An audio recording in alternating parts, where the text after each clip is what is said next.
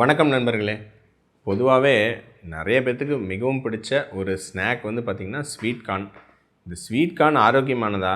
நம்ம சோளக்கருது விட sweet corn அப்படிங்கிறது ரொம்ப ஆபத்துன்னு சொல்கிறாங்களே, எந்தளவுக்கு உண்மை? அல்லது சோளக்கருது, இந்த ஸ்வீட் கார்ன் இது எல்லாமே வந்து எதுக்கு நிகரானது? எந்தளவுக்கு இதில் என்ன சத்துக்கள் இருக்குது?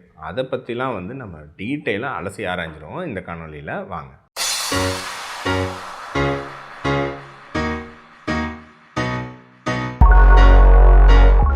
பொதுவாகவே குழந்தைங்களுக்கு ரொம்ப பிடிச்ச ஒரு ஐட்டம் இந்த ஸ்வீட் கார்னுங்க. அதுவும் நிறைய இந்த கப் கார்னு போட்டு நல்லா மசாலாலாம் போட்டு பட்டர்லாம் போட்டு பொதுவாக இப்போ எல்லா இடங்கள்லையும் கிடைக்குது. முன்னாடிலாம் கோயில் கடையில் போனால் பஜ்ஜி, அப்பளம் அந்த மாதிரி. இப்போ ஸ்வீட் கார்னு ரொம்ப சகஜமாக கிடைக்குது. சில இடங்களில் சில காணொலிகளில் ஸ்வீட் கார்ன் வந்து பயங்கர ஆபத்தானது, அது வந்து ஜெனட்டிக்கலி மாடிஃபைடு, அது அமெரிக்காவும் ட்ரம்ப் வேறு அப்பப்போ நீங்கள் எங்ககிட்டேருந்து கார்ன் வாங்கவே மாட்டேங்கிறீங்க அப்படின்னு சொல்லிட்டு இது பண்ணிகிட்ருக்காங்க. ஆனால் உண்மை என்ன? ஸ்வீட் கார்னுங்கிறது ஒரு காய்கறி கிடையாது. இதை வந்து நீங்கள் தெரிஞ்சுக்கணும். ஸ்வீட் கார்னும் சரி, சோளக்கருதும் சரி, இது எந்த கேட்டகரியில் வருதுன்னா இது ஒரு சீரியல், ஒரு தானிய வகையை சேர்ந்தது. நம்ம அரிசி சொல்கிறோம், கோதுமை சொல்கிறோம், அல்லது மற்ற சிறுதானியங்கள், ராகி அதெல்லாம் சொல்கிறோம். இதெல்லாம் தானியங்கள் அப்படிங்கிற வகை. அதில் இந்த சீரியல் அப்படிங்கிற கேட்டகரி கீழே தான் கார்ன், சோளம் வருதுங்க. ஸோ அதில் இந்தியாவில் இருக்கிற சாதா சோளம், அதை புட்டான்னு சொல்கிறாங்க சில இடங்களில். அதுக்கும் ஸ்வீட் கார்னுக்கும் என்ன வித்தியாசம் அப்படின்னா, இந்த ஸ்வீட் கார்னுங்கிறது பொதுவாக நம்ம நினைக்கிற மாதிரி இது ஒரு ஜெனட்டிக்கலி மாடிஃபைட்லாம் கிடையாதுங்க. நேச்சுரலாக வந்து ஒரு மியூட்டேஷன் ஆகி சில வெரைட்டிஸ் வந்து இனிப்பாக இருந்திருக்கு. அதை செலக்டிவ் ப்ரீடிங் அப்படின்னு சொல்லுவாங்க. திரும்ப திரும்ப அந்த சில வெரைட்டிஸை விவசாயிகள் திரும்ப திரும்ப பயிர் பண்ணுவாங்க. அதுதான் ஸ்வீட் கார்ன். அப்புறம் அது வந்து ரொம்ப பரவலாக வந்து விற்க ஆரம்பிச்சிருச்சு. அப்புறம் பொதுவான சோளம் கொஞ்சம் முத்தின பின்னாடி உங்களுக்கு செடியிலேருந்து அறுவடை பண்ணுவாங்க. ஆனால் ஸ்வீட் கார்ன் வந்து அதில் இருக்கக்கூடிய சர்க்கரை ஸ்டார்ச்சாக மாறுறதுக்கு கொஞ்சம் முன்னாடியே அறுவடை பண்ணிடுவாங்க. ஸோ அதனால் அது நேச்சுரலாகவே கொஞ்சம் இனிப்புத்தன்மை கொஞ்சம் அதிகமாக இருக்கிற மாதிரி இருக்கும் ஸ்வீட் கார்ன். ஸோ அந்த அறுவடை பண்ணக்கூடிய டைம் வந்து ஸ்வீட் கார்னுக்கும் மற்றதுக்கும் கொஞ்சம் மாறும். அப்புறம் அந்த வெரைட்டியே பொதுவாக கொஞ்சம் இனிப்புத்தன்மை வாய்ந்தது. ஸோ இதனோட நியூட்ரிஷன் வேல்யூ என்னங்கிற சொல்லிடுறேன். சாதாரண சோளம் வந்து ஒரு 100 கிராமில் ஒரு 120 கலோரிகள் வரைக்கும் கொடுக்கும். ஸ்வீட் கார்னும் 100 கிராமில் 100லேருந்து 120 கலோரிகள் கொடுக்கும். அதில் ரெண்டுலேயுமே கார்போஹைட்ரேட்னு சொல்லக்கூடிய மாவுச்சத்து 20லேருந்து 22 கிராம் அந்த மாதிரி இருக்குங்க. புரோட்டீன் ஒரு 3லேருந்து 4 கிராம் இருக்கலாம். அப்புறம் வந்து கொழுப்புகள் மினிமலாக ஒரு 2-3 கிராம் இருக்கும். ஸோ டிஃப்ரென்ஸ் வந்து என்னென்னா, அந்த இனிப்புக்கு காரணம் அதனுடைய சர்க்கரை அளவு. ஸோ மாவுச்சத்து 20-22 கிராம் இருக்குது 100 கிராமில். ஆனால் ஸ்வீட் கார்னில் 6லேருந்து 7 கிராம் இயற்கையான சர்க்கரை இருக்கும். ஆனால் நம்ம சாதாரண சோளத்தில் உங்களுக்கு நம்ம நார்மல் சோளக்கருதுன்னு சாப்பிட்றோம் இல்லைங்களா, அதில் நாட்டுக்கருது அதெல்லாம் சரிங்களா, அதில் வந்து 100 கிராமில் 1லேருந்து 2 கிராம் தான் சர்க்கரை இருக்கும். ஸோ அதனால தான் ஸ்வீட் கார்ன் வந்து இயற்கையாகவே நமக்கு ஒரு இனிப்பாக தெரியுது. ஆனால் இதில் முக்கியமாக ஒரு பாயிண்ட் நீங்கள் நோட் பண்ணணும். ரெண்டுலேயுமே மாவுச்சத்தோட அளவு சேம் தான். இனிப்பாக இருக்கிறதுனால ஒரு பொருள் மோசமாவதில்லை. ரெண்டுமே ஒரே குட்டையில் உருணை மட்டும் தான். ரெண்டுமே ஒரு மற்ற தானியங்கள் மாதிரி தான். ஒரு 100 கிராமில் 20 கிராமுக்கு மேலே மாவுச்சத்து இருக்கிற ஒரு பொருள். ஸோ நீங்கள் நல்லா ஒரு பெரிய சோளக்கருதெல்லாம் சாப்பிட்றீங்க அப்படின்னா கிட்டத்தட்ட ஒரு 40 கிராம் 45 கிராமுக்கு மேலே உங்களுக்கு அதில் மாவுச்சத்து உள்ளே போகலாம்.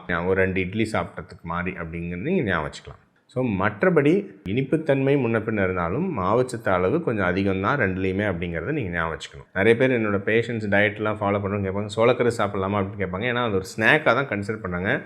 சோளக்கருது நீங்கள் சாப்பிட்ணும் அப்படின்னு நினச்சா அதை ஒரு சாப்பாட்டுக்கு மாற்று உணவாக வேணால் நீங்கள் எடுக்கலாம். அது வந்து ஒரு டயபெட்டிஸோ இல்லை உடல் பருமனுக்கோ அல்லது ஒரு ஃபேட்டி லிவர் அதுக்கு சிகிச்சை எடுக்கணும், டயட் இருக்கணும்னு இருக்கிறவங்க சாப்பாட்டுக்கு நேராக தான் பார்க்கணும். அது ஒரு சாப்பாடு, சப்பாத்தி, சோளக்கருது அல்லது இந்த ஸ்வீட் கார்ன் இதெல்லாம் ஒரே கேட்டகரி. அது ஒரு காய்கறிக்கு ஈக்குவல் கிடையாது. ஆனால் நல்ல விஷயம் என்னென்னா, அது வந்து எவ்வளோ மற்ற ஸ்நாக்ஸுக்கு எவ்வளோ பரவாயில்லைங்க சரிங்களா. மற்ற ஸ்நாக்ஸ்னால் என்ன, சும்மா பிஸ்கட்டு, முறுக்கு, மிக்சரு, சிப்ஸு, இதுக்கு இது எவ்வளோ பரவாயில்ல. ஒரு 100 கிராம் அந்த பிஸ்கட்டு, முறுக்கு அதெல்லாம் வந்து 400லேருந்து 500 கலோரிகளுக்கு மேலே இருக்கும். 70-80 கிராம் கார்போஹைட்ரேட் இருக்கும். வித் நிறைய செயற்கை சர்க்கரை, நிறையா கொழுப்பு வகைகள், உப்பு அதெல்லாம் ஆட் பண்ணியிருக்கோம். அதுக்கு இந்த சோளக்கருதோ ஸ்வீட் கார்னோ உங்களுக்கு வந்து ஒரு 20 கிராம் தான் மாவுச்சத்து இருக்குது. ஸோ ஓரளவுக்கு வயிறு நிரம்பக்கூடிய உணவு. ஸோ மற்ற ஸ்நாக்ஸை கம்பேர் பண்ணும்போது இது ஒரு ஆரோக்கியமான ஸ்நாக்குன்னு சொல்லலாம் சரிங்களா. ஸோ எவ்வளவோ இந்த மற்ற ஸ்நாக்ஸை விட மாவுச்சத்து அதெல்லாம் கம்மி. ஆனால் ஒட்டுமொத்த மாவுச்சத்து அளவுகளில் பார்க்கும்போது இது ஒரு சாப்பாடு. ஒரு வேக வச்ச சாதமே 100 கிராமில் வந்து பார்த்திங்கன்னா 130 கலோரி. அதே மாதிரி ஒரு 25 கிராம் கிட்டத்தட்ட மாவுச்சத்து இருக்கும், 25லேருந்து 30 கிராம் இருக்கும். ஸோ அந்த கேட்டகரியில் தான் ஸ்வீட் கார்னோட அந்த கெர்னல்ஸ், அந்த சோள முத்துக்கள் வருது அப்படிங்கிறத ஞாபகம் வச்சுக்கணும். மற்றபடி உங்களுக்கு எந்த டேஸ்ட் பிடிக்குமோ நீங்கள் சாப்பிட்லாம். எங்கள் ஊர்லாம் பார்த்திங்கன்னா ஈரோடு, எங்கள் ஊர் பக்கத்தில் அந்தியூர் அப்படின்லாம் இருக்குது. அங்கெல்லாம் அந்த அந்தியூர் கருதுலாம் அந்த ரோட்லலாம் விற்பாங்க, நல்ல டேஸ்ட்டாக இருக்கும். ஸோ அதுவும் ஒரு நல்ல டேஸ்ட்டாக இருக்கும். ஸ்வீட் கார்ன் குழந்தைங்களுக்கு அதெல்லாம் விரும்பி சாப்பிடக்கூடிய விஷயம். ஸோ ஸ்வீட் கார்னும் நம்ம சாதாரண சோளக்கருதும் ரொம்ப வித்தியாசம் கிடையாது. அதனுடைய நியூட்ரிஷனல் கண்டென்ட்டில் அதனுடைய இனிப்பு தன்மை மட்டும்தான் அதோட நேச்சுரல் சுகர் கண்டென்ட்னால வேறுபாடுகள் வருதுங்க. மற்றபடி ஜெனட்டிக்கலி மாடிஃபைடு அப்படின்னு சொல்லக்கூடியது, அது வந்து ஜெனட்டிக்கலி மாடிஃபைடு கார்ன் இருக்குது. ஆனால் அது வந்து பொதுவாக கால்நடைகளுக்கு தீவனமாக பொதுவாக பயன்படுத்தப்படுது. இந்த நம்ம சாப்பிட்ற ஸ்வீட் கார்ன் வந்து ஜிஎம்ஓன்னு சொல்லக்கூடிய ஜெனட்டிக்கலி மாடிஃபைடு கிடையாது அப்படிங்கிறது தான் நிறைய ஆராய்ச்சி தகவல்களில் தெளிவாக தெரியுது. ஸோ அதனால் அது பயப்பட தேவையில்லை. ஸ்வீட் கார்ன் ரொம்ப ஆபத்தான உணவு அப்படிங்கிற அளவுக்கு பார்க்க வேண்டிய அவசியம் இல்லை. ஆனால் மற்ற ஸ்நாக்குக்கு கொஞ்சம் பெட்டராகவும், ஆனால் அதே சமயத்தில் மற்ற மாவுச்சத்துகளுக்கு நிகராகவும் இருக்கக்கூடிய ஒரு தானியம் வகை தான் இந்த ஸ்வீட் கார்ன் அப்படிங்கிறத நீங்கள் ஞாபகம் வச்சுக்கணுங்க. ஸோ ஸ்வீட் கார்ன் அப்படின்னா நீங்கள் ஐயோ அப்படின்னு ஆபத்தாகவும் பார்க்க தேவையில்லை, அதே சமயத்தில் அது ரொம்ப ஹெல்த்தியான ஸ்நாக்னு நினைக்க தேவையில்லை. அதில் இருக்கிற மாவுச்சத்தையும் அது ஒரு தானியத்துக்கு நிகருங்கிறதையும் அடுத்த முறை ஸ்வீட் கார்னோ இல்லை சோளக்கருதோ சாப்பிடும்போது ஞாபகம் வச்சுட்டு சாப்பிடுங்க.